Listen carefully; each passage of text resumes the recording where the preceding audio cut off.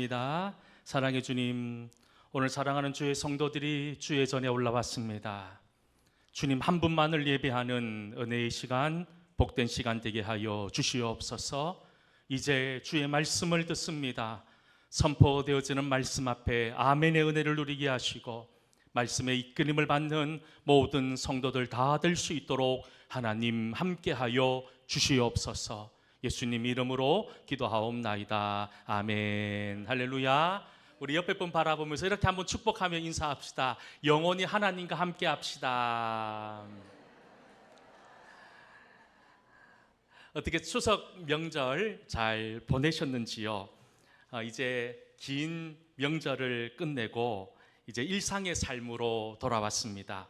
새롭게 시작되는 일상의 삶을 통해서 하나님이 기뻐하는 거룩하게 구별된 믿음의 삶, 은혜의 삶을 다시 한 번 더 회복할 수 있는 거룩한 주의 성도들이 다 될 수 있기를 주의 이름으로 간절히 축원합니다. 언제나 그랬던 것처럼 이번 명절에도 도로는 기성 차량으로 꽉 막혀 있었습니다. 꽉 막혀 있는 도로 위에 있었던 분들은 한 번씩 다 이런 마음이 드셨을 거예요. 왜 막혔는지, 언제 이 정체가 풀리는지, 정말 속절없이 기다리는 그 시간들 속에서 정말 아무것도 할 수 없는 자신을 보면서 여러분 힘들 때가 얼마나 많이 있었습니까? 하지만 어디서 막혔는지, 그리고 언제쯤 이 정체가 풀릴 건지 알 수만 있다면 기다림이 그렇게 힘들고 어렵지는 않을 겁니다. 이것은 우리의 인생도 마찬가지입니다. 모든 사람은 인생의 고난과 어려움 속에 살아갑니다. 생각하지 못했던 고난이 찾아오기도 하고 어려움이 찾아옵니다. 마치 기성 차량으로 고속도로가 꽉 막혀 있는 것처럼 우리가 경험하는 이런 인생의 고난과 어려움, 언제 일어났는지 그리고 언제 끝날지 우리에게 아무런 정보도 제공해 주지 않기 때문에 우리를 더 막막하게 하고 더 힘들게 하고 더 고통스럽게 만드는 것은 아닐까요? 우리가 아무리 믿음을 가지고 있다 하더라도 이런 어려움 앞에서는 예외가 없습니다. 많은 사람들이 하나님을 믿으면 아무 문제 없는 탄탄대로의 인생, 만사형통의 인생 대박, 소원 성취의 소망을 이룰 것이라고 생각합니다. 그리고 시간만 지나면 내 믿음도 저절로 잘 자라고 성장할 것이라고 생각하곤 하지요. 하지만 인생에도 저절로 되는 것이 없는 것처럼 믿음의 길 또한 저절로 되는 것, 그리고 쉽게 갈 수 있는 지름길 역시 존재하지 않는다는 겁니다. 하나님을 믿어도 고난이 찾아오고 어려움이 찾아옵니다. 그리고 이 고난과 어려움은 시시때때로 우리를 넘어지게 하고 우리를 눈물 나게 만들고 합니다.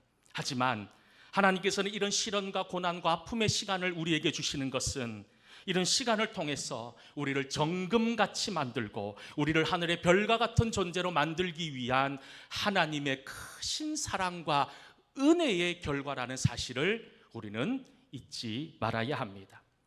특히 마태복음 7장 13절과 14절 말씀에 보면 인생을 살아가는 우리가 어떤 길을 걸어가야 되는지에 대해서 이렇게 말씀하고 있습니다. 함께 말씀 읽어보도록 하겠습니다. 좁은 문으로 들어가라. 멸망으로 인도하는 문은 생명으로 인도하는 문은 좁고 길이 협착하여 찾는 자가 적음이라. 성도가 가야 할 길은 세상 사람들이 가지 않는 길입니다. 성도가 가야 할 그 길은 세상의 기준으로 보면 미련하고 좁고 협착하고 어리석어 보이는 길입니다. 우리가 세상 사람들이 가는 넓은 길, 좁은 길이 아니라 그런 길들을 내버려두고 좁은 길, 협착한 길을 굳이 걸어가야 되는 이유는 그 길이 바로 우리 주님께서 걸으셨던 길이기 때문이지요. 우리 예수님께서 걸으셨던 걸음을 한번 생각해 보십시오. 하늘 보좌를 버리시고 이 땅에 오셨습니다. 가장 낮고 천한 인간의 몸으로 이 땅에 오셨습니다. 죄인인 우리가 죽을 수밖에 없었지만 우리 주님의 오심으로 말미암아 우리는 주님의 은혜로 구원받았습니다. 우리를 살리시기 위해 우리 예수님, 사람들이 가장 수치스럽고 가장 고통스럽게 생각하는 십자가에 달려 죽으셨습니다. 분명히 세상의 기준과 세상의 가치관으로 보면 우리 예수님께서 걸으셨던 그 길은 실패의 길이었고 미련한 길이었고 세상 물정 모르는 어리석은 길처럼 보입니다. 하지만 세상이 아무리 뭐라고 하더라도 우리 예수님께서 걸으신 그 길이야말로 가장 완전한 길이고 그 길이 바로 생명으로 인도하는 유일한 길임을 우리는 알고 있어야 합니다. 하지만 안타깝게도 오늘을 사는 많은 그리스도인들은 예수님이 걸으셨던 그 좁은 길을 걸으려고 하지 않습니다. 내 본능이 이끄는 대로, 내 생각과 감정이 이끄는 대로 넓고 큰 길로만 다니려고 하고 있지는 않습니까? 사랑하는 동성교회 성도 여러분, 지금까지 여러분들이 걸어오신 길은 어떤 길입니까? 세상에 넓고 세상에 좋은 길을 걷고 있으십니까? 아니면 우리 예수님께서 걸으셨던 좁은 길, 협착한 길, 사람들이 볼 때 미련하고 어리석다고 생각하는 그 길을 걷고 계십니까? 우리 예수님께서 걸으셨던 그 길은 한마디로 고통의 길이었고 눈물의 길이었습니다. 특별히 우리는 이런 눈물과 고통의 길을 통해서 예수님을 알아가는 것이고 예수님을 닮아갈 수 있는 것이고 조금씩 성숙한 그리스도인으로 새로워지는 것이 아닐까요? 지난주 추석 명절을 앞두고 잠시 멈추었던 하나님이 디자인하는 교회 시리즈 설교를 오늘부터 새롭게 시작하려고 합니다. 특별히 오늘 여러분들과 함께 나누려고 하는 주제의 말씀은 깨어 기다릴 줄 아는 성도라는 제목의 말씀입니다. 우리나라에 있어서 가장 큰 장점 중에 하나는 바로 속도에 있습니다. 바로 이 빠름이 우리나라의 장점이지요. 외국 근로자들이 우리나라에 들어와서 가장 먼저 배우는 단어가 빨리빨리라고 합니다. 우리 대한민국 그야말로 속도의 민족, 누가 흔히 우리나라를 배달의 민족이라고 하는데 우리나라는 배달의 민족이 아니라 속도의 민족입니다. 이런 빠른 속도의 문화는 우리나라의 아픈 역사의 배경을 가지고 있지 않습니까?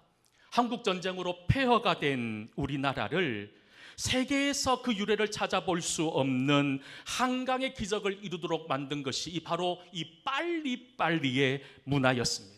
바로 이 절박함과 이 아픔으로부터 시작된 문화가 빨리빨리였습니다. 여러분, 이 빨리빨리는 우리나라에 엄청난 발전을 가져왔고 지금도 놀랍게 성장하고 발전하고 있습니다. 그런데요, 이런 빠름의 문화는 오늘날 예상하지 못한 수많은 부작용을 이루고 있습니다. 그저 빨리 우리가 원하는 목표를 달성해야 됩니다. 과정이 어땠든 간에 결과만 좋으면 된다는 결과 중심적 사고가 우리 대한민국 사람들, 저와 여러분들의 마음속에 자리 잡고 있지는 않습니까? 여러분, 그러다 보니 어떤 결과를 도출해내야 된다는 스트레스로 인해서 많은 직장인들은 엄청난 어려움 가운데 직면합니다. 다른 사람들보다 빨리 승진해야지 성공합니다. 늦으면 실패가 됩니다. 사람과 소통하기보다는 서로 비교하고 평가하면서 정말로 내가 먼저 앞서는 것이 최고의 기준이 되어버린 시대. 그러니 어떻게 됩니까? 작은 일에도 참지 못하고 기다리지 못합니다. 그러다 보니 분노가 폭발할 때가 얼마나 많이 있습니까? 예전에 목사님 몇 분과 함께 식사를 하기 위해서 식당에 미리 예약을 했습니다. 예약하지 않으면 오래 기다려야 됐던 식당이기에 미리 하루 전에 그 식당에 정해진 시간을 정하고 예약을 했습니다. 목사님들과 함께 정해진 시간에 식당을 찾아갔습니다. 밖에는 웨이팅하는 사람들이 있었고 또 식당 안에는 이미 먼저 와서 음식을 기다리는 분들이 계셨어요. 그런데 우리가 주문한 음식이 나오니까 옆에 앉아 있었던 한 어르신이 주인을 불러서 크게 호통을 치기 시작합니다. 자기들이 먼저 왔는데 어떻게 늦게 온 저 사람들의 음식이 먼저 나오냐는 거예요. 그러니 그 주인이 알아듣게 설명합니다. 어르신, 이분들은 어제 음식을 미리 주문하신 분이기 때문에 음식이 먼저 나오는 겁니다 라고 알아들을 수 있도록 설명해 드렸는데, 여러분, 그 어르신은 그 말을 받아들일 준비가 전혀 되어 있지 않습니다. 내가 먼저 왔으니 내가 먼저 빨리 먹고 가야 된다는 거예요. 우리는 정상적으로 예약을 하고 음식을 먹는데 마치 나쁜 짓 하고 없는 음식 먹는 것처럼 불편한 마음으로 음식을 먹고 나왔던 적이 있습니다. 모든 사람은 하루 24시간이라고 하는 제한된 시간 속에 살아갑니다. 그러다 보니 이 제한된 시간 속에서 무엇이든지 빨리 처리해야 됩니다. 그런데 여러분, 이런 빠름이 오히려 사람들을 조금도 기다리지 못하고 조급하게 만들고 초조하게 만들고 불안하게 만드는 것은 아닐까요? 이런 조급함의 모습이 우리 그리스도인들에게도 그대로 나타납니다. 기다리지 못합니다. 기도했으면 내일 당장 응답되어야 합니다. 예배 시간이 조금만 길어지면 온몸에 병이 납니다. 자신의 연약함을 돌아보지 않은 채 옆에 있는 성도의 연약함에는 조금도 기다려주지 않고 정죄하고 판단하기에 바쁩니다. 여러분, 성도는 기다릴 줄 알아야 합니다. 어느 책에서 한 구절의 글을 읽었는데 그 글이 저에게 큰 은혜가 됐어요. 어떤 글이었냐면, 믿음은 겉절이를 담는 것이 아니라 김장, 김치를 담는 것이다 라는 한 구절의 짧은 문장이었습니다. 많은 성도들 금방 겉절이처럼 믿음을 지키려고 합니다. 근데 여러분, 착각하지 마십시오. 믿음은 겉절이가 아닙니다. 믿음은 장을 담그듯이, 김장, 김치를 담그듯이 오랜 숙성의 시간이 필요합니다. 그런 숙성의 시간을 통해서 맛을 낼 수 있는 거지요. 얼마 전에 저희 집사람이 그러지 않은데 인터넷에서 이렇게 홈쇼핑을 보다가 어디 마음에 꽂혔는지 홍진경 김치를 5만 원을 주고 샀습니다. 그 설명이 뭐라고 되어 있냐면, 충분히 숙성하고 드십시오라고 적혀 있었습니다. 성질급한 저는 숙성이고 나발이고 필요 없다, 바로 가져와서 먹자. 먹었는데 맛이 없는 거예요. 맛이 없는 거예요. 이게 김치인지 겉절인지 헷갈리는 거예요. 어떻게 이런 김치를 파느냐 생각하면서 투덜거리면서 먹었는데, 그리고 한 2, 3주 지난 지금 맛이 들었습니다.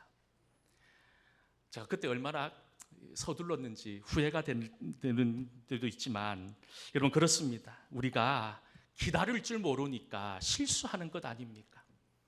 하나님은 우리에게 시간을 주셨어요. 그 시간은 뭐냐? 하나님의 때, 하나님의 시간을 주셨습니다. 성경은 그 때를 뭐라고 말하고 있는 줄 아십니까? 갈라디아서 4장 4절부터 5절 말씀에 보면 이런 말씀을 기록하고 있습니다. 같이 한번 읽어보겠습니다. 때가 참해 하나님이 그 아들을 보내사 율법 아래에 있는 자들을 속량하시고 우리로 아들의 명분을 얻게 하려 하심이라. 여러분, 하나님의 때가 있다는 거예요. 하나님의 시간이 있다는 거예요. 혹시 내가 하나님께 그렇게 간절히 기도했는데도 아직 응답되지 않는 기도의 제목이 있습니까? 여러분들의 앞길이 여전히 막막하고 열리지 않으십니까? 그것은 하나님의 손에 짧아 구원하지 못함이 아니고 오직 하나님의 때가 이르지 않았기 때문입니다. 무슨 일이든 하나님의 때가 차야 합니다. 하나님의 때가 차야 일이 일어나고 역사가 일어납니다. 하나님의 때가 차야지 기도의 응답이 있고 하나님의 하심의 은혜가 우리 속에 충만하게 일어나는 것 아닙니까? 그러니 성도는 하나님의 때를, 하나님의 시간을 인내하며 기다리는 사람들이지요. 하나님 모세를 부르셨습니다. 430년 동안 노예로 살았던 이스라엘 백성들을 위해 모세를 컨택하셨는데, 모세를 바로 불러서 사용하신 것이 아니라 애굽의 왕궁에서 왕자로 40년의 시간을 보내게 하시고 아무것도 없는 미디안 광야에서 40년, 모두 80년의 시간을 지내게 하셨습니다. 80년의 기다림을 통해서 이스라엘 백성들을 이끄는 민족의 지도자로 세우셨습니다. 출애굽의 역사를 보십시오. 이스라엘 백성들 430년의 기다림의 시간이 필요했습니다. 바벨론에 멸망당한 이스라엘 백성들은 80년의 기다림의 시간 또한 필요했습니다. 그리고 수많은 유대인들은 메시아의 오심을 기다리고 기다렸습니다.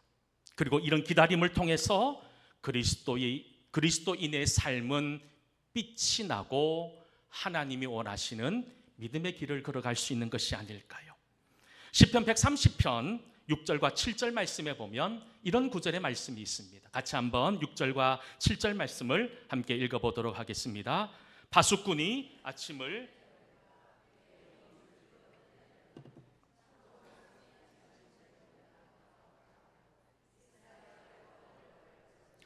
여호와께서는 인자하심과 풍성한 속량이 있음이라. 아멘. 많은 성도들이 기다려야지, 인내해야지, 그런 생각들 누구나 다 가지고 있습니다. 그런데 이런 인내와 기다림의 은혜는 아무나 쉽게 누릴 수 있는 것은 아닌 것 같아요. 어떤 사람이 이런 인내와 기다림의 복을 누릴 수 있느냐? 하나님을 신뢰할 수 있는 사람, 하나님을 믿고 나를 내려놓고 하나님 말씀 앞에 나를 낮추는 사람만이 인내하고 기다릴 수 있는 은혜의 사람들이 될 수 있습니다. 인내의 가정이 없으면 믿음은 자라진 않습니다. 인내가 없이는 열매를 맺을 수가 없지요. 한 생명이 태어나려면 엄마 뱃속에서 10달의 시간을 보내야 합니다. 만약 이 아이가 이 세상에 빨리 나가고 싶다고 8달 만에 나왔다면 조산아라고 부르고 심지어 인큐베이터 안에서 달수만큼 채워져야 하기도 하는 것처럼 채워져야 된다는 거예요. 하나님의 은혜로, 하나님의 시간으로 채워져야 된다는 거예요. 야고보서 5장 7절과 8절 말씀에 보면 이런 말씀을 우리에게 주시고 있습니다. 그러므로 형제들아, 주께서 강림하시기 전까지 길이 참으라. 보라, 농부가 땅에서 나는 귀한 열매를 바라고 길이 참아 이른 비와 늦은 비를 기다리나니 너희도 길이 참고 마음을 굳건하게 하라. 주의 강림이 가까우니라 라고 말씀하고 있습니다. 우리가 잘 아는 것처럼 석탄과 다이아몬드는 똑같은 탄소를 그 재료로 하고 있습니다. 석탄은 어떻게 만들어집니까? 나무나 식물들이 오랫동안 땅 속에 파묻혀 있으면 시간만 지나면 저절로 석탄이 됩니다.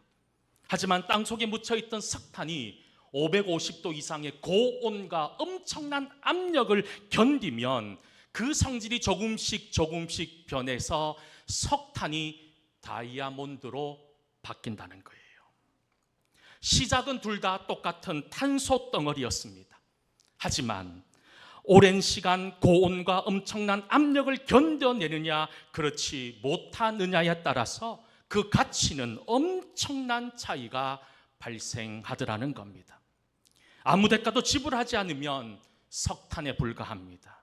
하지만 큰 대가와 어려운 인내의 시간을 보내고 나면 다이아몬드와 같은, 여러분, 모든 사람이 사랑하는 귀한 보석으로 변화되고 새로워지는 은혜가 우리에게 허락된다는 거예요.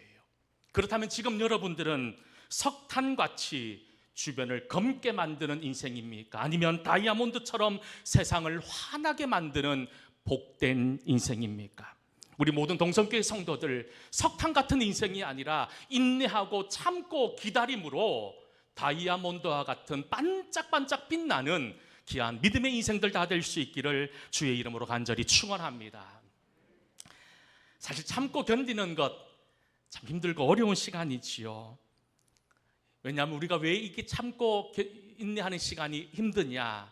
하나님은 이 시간을 통해서 우리의 의지를 꺾으시고 우리의 경험과 우리의 상식을 깨트려 나가시기 때문인 거지요. 가끔 성도들 중에서 이렇게 말하는 분이 있어요. 목사님, 저 장로님들 때문에, 저 권사님, 저 집사님 때문에 상처받았다고 말하는 분들이 종종 있습니다. 그런데 여러분, 아무리 목사라고 하더라도, 아무리 장로님, 권사님, 안수 집사님이라고 하더라도 완성된 완벽한 사람은 단 한 사람도 없습니다. 모든 사람들은 미완성의 사람들입니다. 함량 미달의 사람입니다. 그리고 지금도 만들어져가는 공사 중인 사람들이지요. 저에게도 여러분 보이지 않지만 제 가슴에 공사 중이라는 편말이 붙어 있습니다. 모든 성도들에게 다 공사 중이라는 편말이 가슴 깊이 새겨져 있을 겁니다. 여러분, 공사 중이니까 조금 불편해도, 조금 힘들어도 참을 수 있는 것 아닐까요? 여러분, 공사 중이라고 생각하면 실망하고 상처받고 상처 주기보다는 나도 공사 중인데 나도 연약한데, 나도 아직 여전히 함량 미달인데라고 생각하면 우리가 상처받을 일이 조금씩 줄어드는 것이 아닐까요? 그러니 우리 모든 성도들이 지금 공사 중이잖아요. 좀 더 좋게 아름답게 변하기 위한 공사 기간 중이니까 우리가 조금 기다려 주십시다. 조금 참아 주십시다. 문제가 있더라도 여러분 조금 인내하십시다.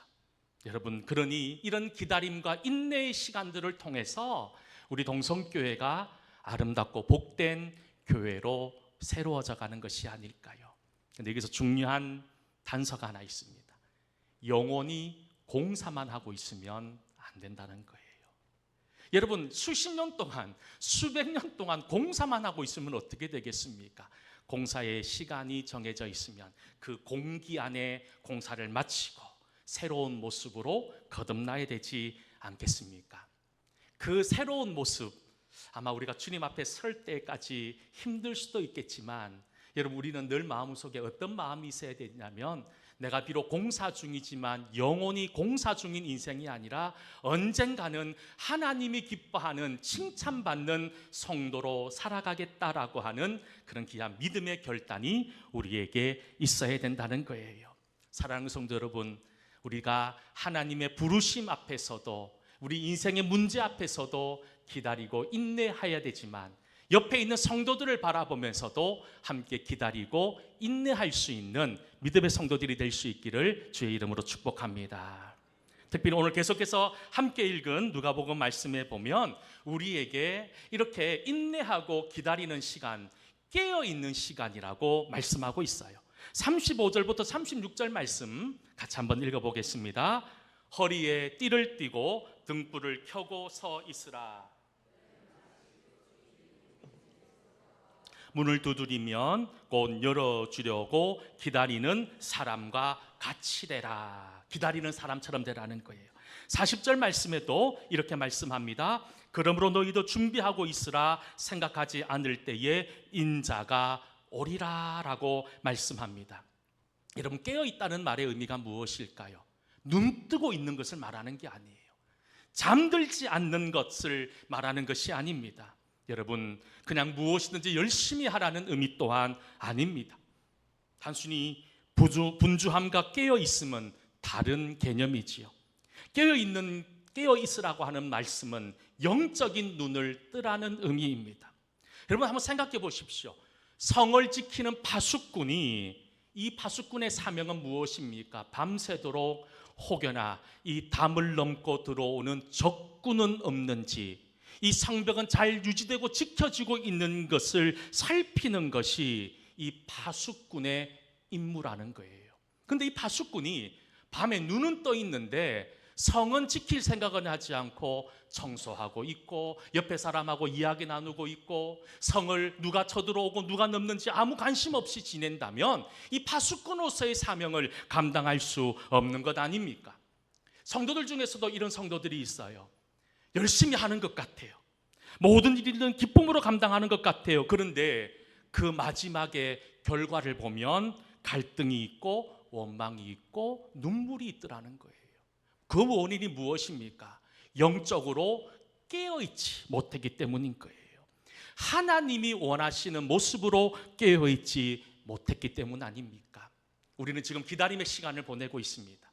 이 기다림의 시간 동안 우리에게 필요한 것은 영적인 깨어 있음입니다. 언제 주님이 오실지 모릅니다. 언제 주님의 역사가 일어날 줄 모릅니다. 그 역사의 때를 내가 잡을 수 있는 믿음의 성도. 그래서 우리 동성교회 모든 성도들은 정말 이 교회, 특별히 교회 리모델링을 통해서 하나님의 은혜를 기다릴 줄 알고 깨어서 하나님의 영광을 드러낼 수 있는 모든 믿음의 성도들이 다 될 수 있기를 주의 이름으로 간절히 축원합니다. 우리 함께 찬